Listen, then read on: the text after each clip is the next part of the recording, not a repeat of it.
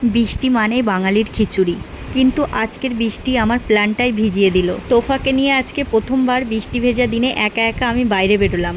কোথায় গিয়েছিলাম, কেন গিয়েছিলাম, আর একা কেন গিয়েছিলাম, সেই সব কিছু আমি ভিডিওতে আপনাদের সঙ্গে শেয়ার করব।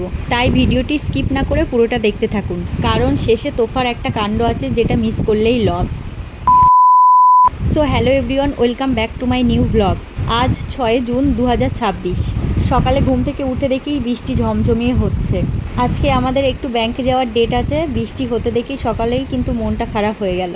আর সত্যি বলতে বৃষ্টি মানেই কিন্তু বাঙালিদের খিচুড়ি ডে। তাই আমি গরম গরম খিচুড়ি বসিয়ে দিলাম। এদিকে খিচুড়িটা হচ্ছে, আর বৃষ্টিটা কিন্তু মাঝে মাঝে থামছে, আবার মাঝে মাঝে হচ্ছে। এই যে এখন কিন্তু বৃষ্টিটা একটু থেমে আছে। আর এদিকে আমার তোফাকে ওর পাপা ব্রেকফাস্ট খাইয়ে দিচ্ছে, মানে টিম ওয়ার্ক চলছে পুরো। বৃষ্টি হচ্ছে কিন্তু কাজ তো থেমে থাকবে না।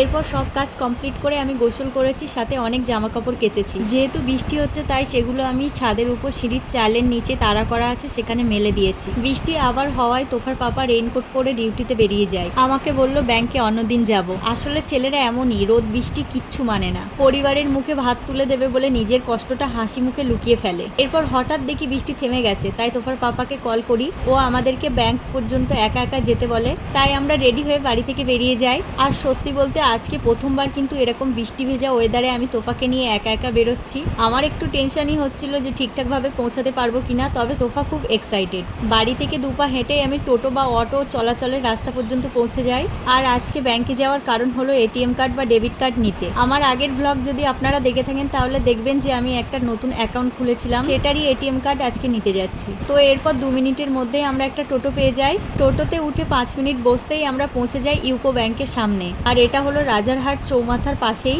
আর এই যে রাস্তাটা দেখছেন এটা কিন্তু একদম রাজারহাট শিক্ষানিকেতন বয়েজ স্কুল পর্যন্ত গিয়েছে। আর এই রাস্তা ধরেও কিন্তু আমাদের বাড়িতে যাওয়া যায়। আর এর ঠিক অপোজিটেই রাজারহাট চৌমাথা।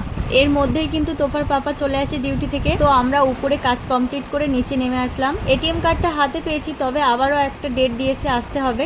এটিএম কার্ড অ্যাক্টিভ করতে পিন জেনারেট করতে হবে, মানে সরকারি কাজের যে কি প্যারা। আর এদিকে রাজারহাট 91 রোডের অবস্থাটা দেখুন একটু। সামান্য বৃষ্টি হতে না হতে জল জমে গেছে সব জায়গায়। এবার আসি আসল কাহিনীতে। আমার মেয়ে তোফা আমার মাথার সব ক্লিপ জানালা দিয়ে ছুঁড়ে বাইরে ফেলে দেয়, তাই স্টক শেষ, কয়েকটা ক্লিপ কিনতে হলো। আর এদিকে ম্যাডামকে দেখুন মন দিয়ে দোকানের জিনিসপত্র দেখছে, মনে হচ্ছে উনিই আজকে পুরো দোকানটাকে কিনে বাড়ি নিয়ে যাবে। এরপর বাড়ি ফেরার পথে আমাদের স্টেশনের মুখে একটা মিষ্টির দোকানে দাঁড়ায়। এই দোকানের মিষ্টি কিন্তু খেতে খুবই সুস্বাদু হয়। তোফা কিন্তু মিষ্টি খেতে খুব একটা পছন্দ করে না, ও চাই স্পাইসি। বাট মিষ্টির মধ্যে ও কয়েকটা সন্দেশই খায়। বেছে বেছে ও যে মিষ্টিগুলো খায় ওর জন্য সেগুলো কিনে নিলাম। আর এটা হলো রাজারহাট শিক্ষানিকেতন বয়েজ স্কুলের সামনের রাস্তা। আর ওই যে ব্যাংকের রাস্তা দেখিয়েছিলাম ওটা হলো পিছনের রাস্তা।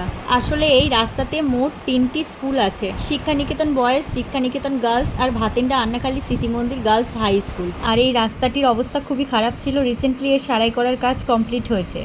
এরপরেই কিন্তু আমরা বাড়ি পৌঁছে যাই। তোফার পাপা আমাদেরকে রেখে আবার ডিউটিতে চলে যায়। আর তোফার পাপার জন্য সে কি কান্না, কান্না থামার নামই নিচ্ছিল না। তো অনেক কষ্টে অনেক বুঝিয়ে আমি ওকে থামিয়ে ফেলি। তো এই ছিল আমাদের বৃষ্টি ভেজা একটি দিন। ভিডিওটি আজ আমি এখানেই শেষ করছি। দেখা হবে নতুন আরেকটি গল্প নিয়ে। ততক্ষণ ভালো থাকবেন, সুস্থ থাকবেন, টাটা।